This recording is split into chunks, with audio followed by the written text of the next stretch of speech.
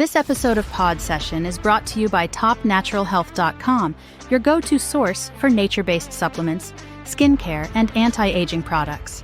Visit their site for special promo code pricing on all of the products mentioned in this episode. Now here's your hosts. All right, so today we're diving into a case that, well, it's really got people talking. It certainly does. Gypsy Rose Blanchard. Yeah. I mean, everyone remembers the headlines, right? Absolutely. This young woman, seemingly innocent, confined to a wheelchair. Right. And then it comes out that she orchestrated her own mother's murder to escape, as the story went, years of Munchausen by proxy abuse. Yeah, it was a huge story, captivated everyone. Totally. The whole world was watching. And initially, a lot of people, they saw Gypsy as a survivor. Right, completely. You know, someone who took drastic measures because she felt like she had to. Right. To break free.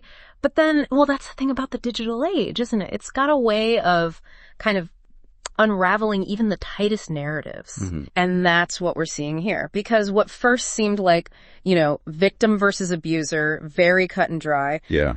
It started to get a whole lot more complicated. Oh, yeah. When more information started coming out from, you know, all the usual places these days, YouTube videos, articles. Of course. But specifically, we're talking about the digital trail.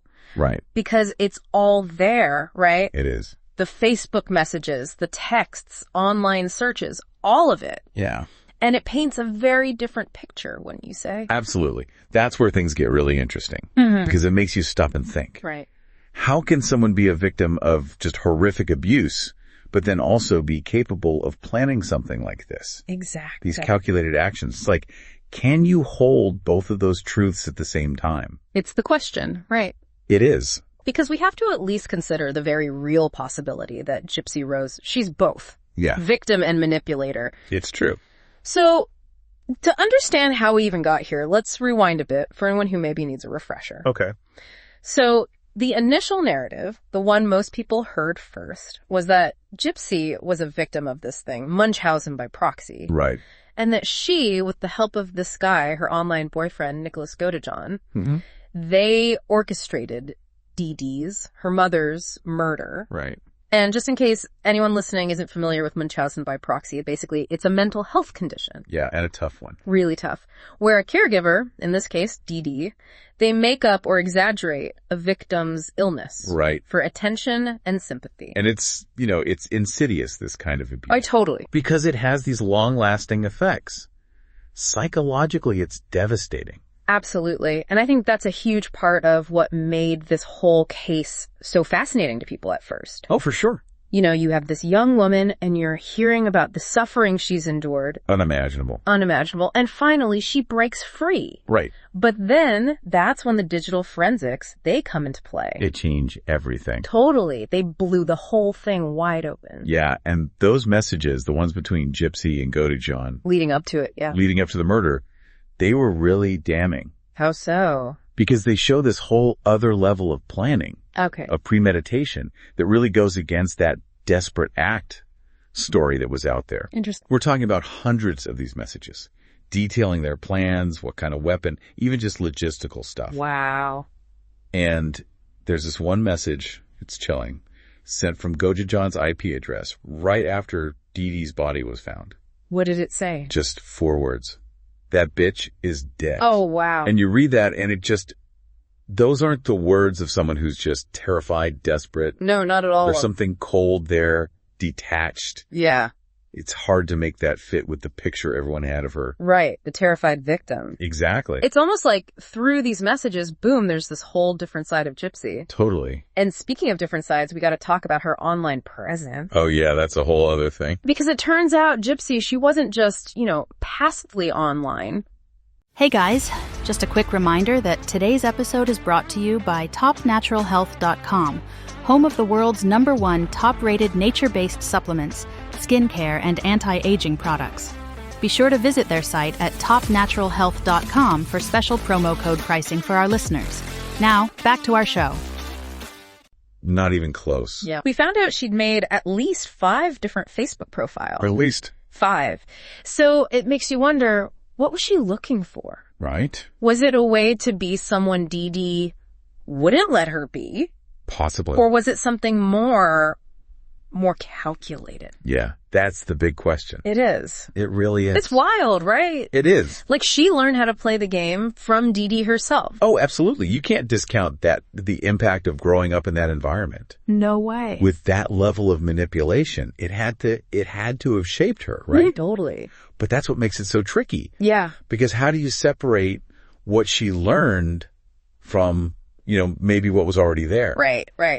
Was it Dee Dee that turned her into this manipulator? Yeah. Or was it, was there something to begin with? And Dee Dee just, gave it an outlet, Oh, interesting. It's impossible to know for sure. It really is. And it makes you look at that relationship with Godejohn so differently. Oh, completely. Because at first you think, oh, maybe just a young woman, kind of naive, gets swept up by this guy online. Right, the boyfriend.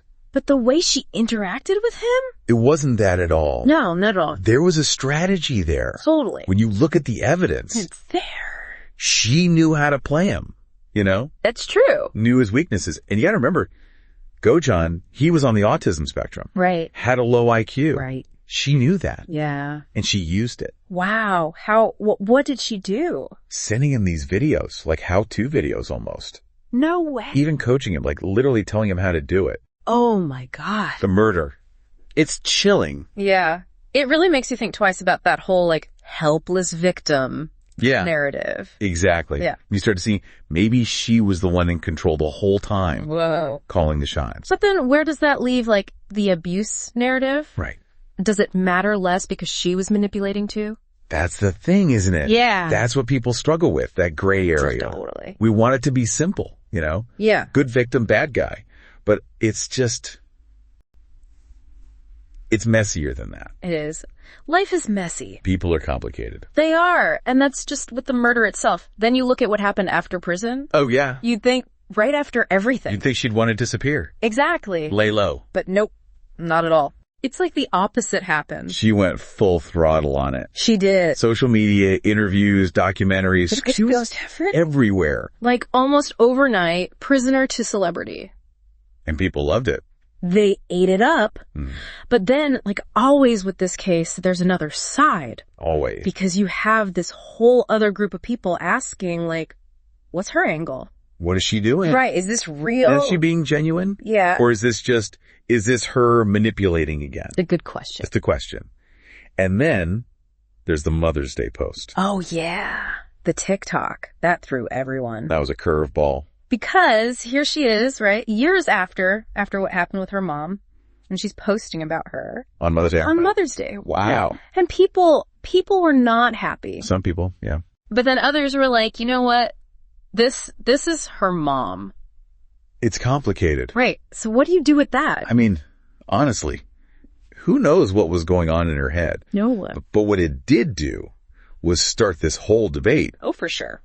About platforms, giving them to convicted criminals. Right. Because it's tricky. Right. It's very, very tricky. It's is that right? Is it wrong?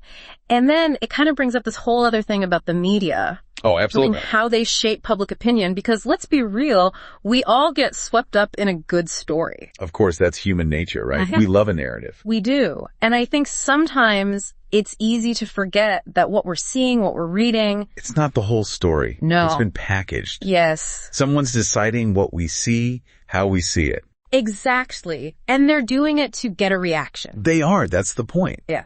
And that's why you gotta be careful. Be careful how? You gotta come at these stories with a critical eye. Okay. Question what you see, what you hear. Right. Think about who's telling it, why they're telling it that way. It's true. It's we're trying to fit this whole complicated thing into a tweet or something. Right.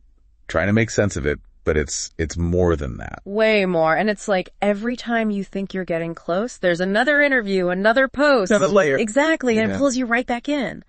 So after all this, where do we even land? What are people supposed to think? I mean, that's the $1 million question, isn't it? It feels like it. Because there isn't an easy answer. Right. But what we can't do, what we can't forget is trauma, it leaves a mark. Of course. It doesn't go away. Right. And for Gypsy Rose, whatever else happened, she went through years of abuse from her own mother. Absolutely. That has to be part of this story. Yeah, you can't just ignore that. No, you can't. Because those years, they changed her, Right. The way she sees the world, how she acts, even just who she feels like she is. So are we saying that her manipulating people, that's because of the abuse? It's possible, isn't it? I guess. Trauma does things to people. That's true. It can warp your reality, make you crave control, even just blur those lines we think are so clear. Between right and wrong. Exactly. Wow. And it's a reminder that even when someone does something awful, there's usually more to it. That's a good point. So it's not always so simple. Never is, really. Yeah. Like in her case, you can't just say she's the victim or the villain, and that's what makes this whole thing so fascinating. And frustrating. Oh, totally. But also kind of human, you know? Because life isn't neat. People are messy. They are. Well, I think that about wraps it up for us today. Another deep dive in the books. That's right.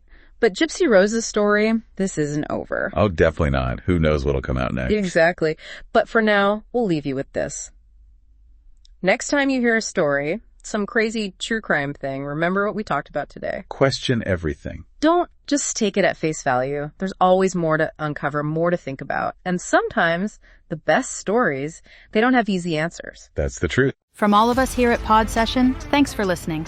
Be sure to subscribe and don't forget to visit our sponsor, topnaturalhealth.com, for special promo code pricing on all of the products mentioned in this episode. See you next time.